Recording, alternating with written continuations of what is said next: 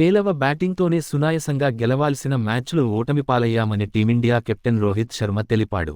శ్రీలంకతో 3 వన్డేల సిరీస్లో భాగంగా జరిగిన రెండో మ్యాచ్లో భారత్ 32 పరుగుల తేడాతో ఓటమిపాలైంది.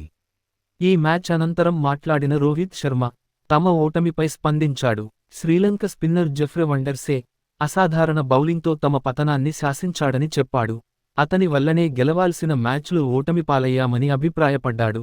మ్యాచ్ ఓడినప్పుడు ప్రతీదీ నిరాశకు గురిచేస్తోంది. జెఫ్రే వండర్సే వేసిన 10 ఓవర్లు ఒక్కటే కాదు, నిలకడగా రాణించడం చాలా కీలకం. ఈ రోజు మేం సమష్టిగా విఫలమయ్యాం. ఈ ఓటమి తీవ్ర నిరాశకు గురి చేసింది. కానీ ఇలాంటి పరాజయాలు సహజమే. కండిషన్స్ అందిపుచ్చుకోవడం చాలా ముఖ్యం. లెఫ్ట్ రైట్ కాంబినేషన్ ఉంటే స్ట్రైక్ రొటేట్ చేయడానికి సులువు అయ్యేది. జెఫ్రే అద్భుతంగా బౌలింగ్ చేశాడు. 6 వికెట్లు తీసిన అతనిదే ఈ గెలుపు క్రెడిట్.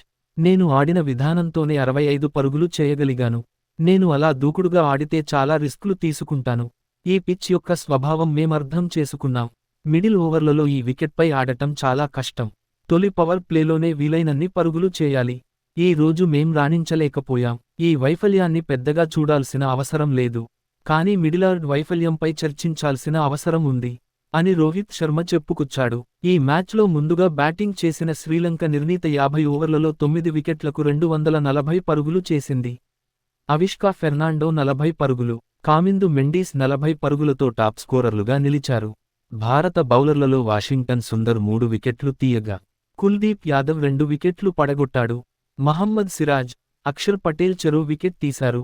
అనంతరం లక్ష్యఛేదనకు దిగిన భారత్ 42 ఓవర్లలో 208 పరుగులకు కుప్పకూలింది.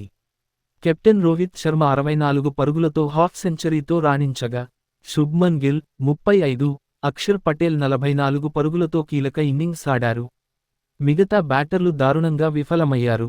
శ్రీలంక బౌలర్లలో జెఫ్రే వండర్సే 6 వికెట్లతో భారత్ పతనాన్ని శాసించగా, చరిత్ అసలంక 3 వికెట్లు పడగొట్టాడు.